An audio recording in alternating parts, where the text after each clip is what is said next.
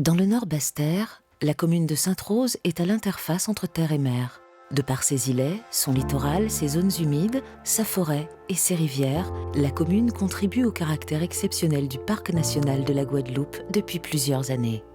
De la mer à la terre, explorons Sainte-Rose et ses richesses naturelles, en Noailles. On a le plan d'eau magnifique exposé au vent. C'est vraiment un spot idéal pour la pratique de la voile. J'ai grandi à Sainte-Rose ici. Ma grand-mère habitait juste ici. Et mon père a grandi sur le port de pêche de Sainte-Rose.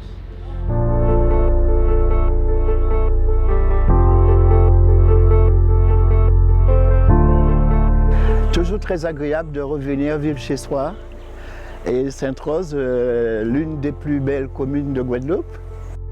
Partons à la découverte du littoral sainte-rosien et de ses habitants.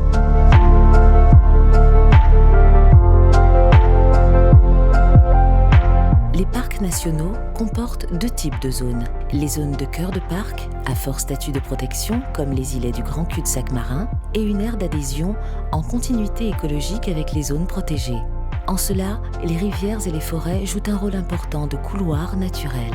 À Sainte-Rose, c'est le cas par exemple de la grande rivière à Goyave et des rivières Nogent et Moustique, véritables réservoirs pour la biodiversité. Sur Terre, la nature sert aussi la population. L'eau, ressource naturelle, l'énergie éolienne à l'Espérance pour l'électricité, la forêt de Sofaya comme espace de ressourcement. La commune possède de grands espaces et des terres fertiles, permettant un usage agricole de son territoire. C'est un plaisir de cultiver à Sainte-Rose parce qu'on est sûr que la terre est propre et c'est important en Guadeloupe. Donc on a une bonne terre. En plus, moi je suis dans la montagne, je suis dans le Zion. Donc là où je produis, je suis sûre d'être vraiment 100% bio. Et puis bon, c'est vraiment un travail manuel. Bénéficiant d'une nature exceptionnelle, la commune de Sainte-Rose a choisi d'adhérer à la charte de territoire du Parc national de la Guadeloupe.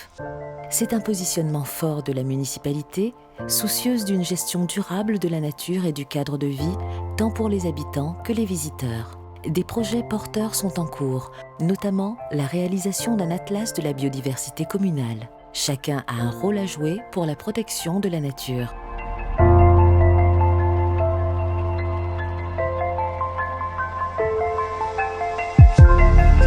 À mon avis, je pense que ça nous appartient à nous, Sainte-Rosiens, de le préserver et d'en prendre soin.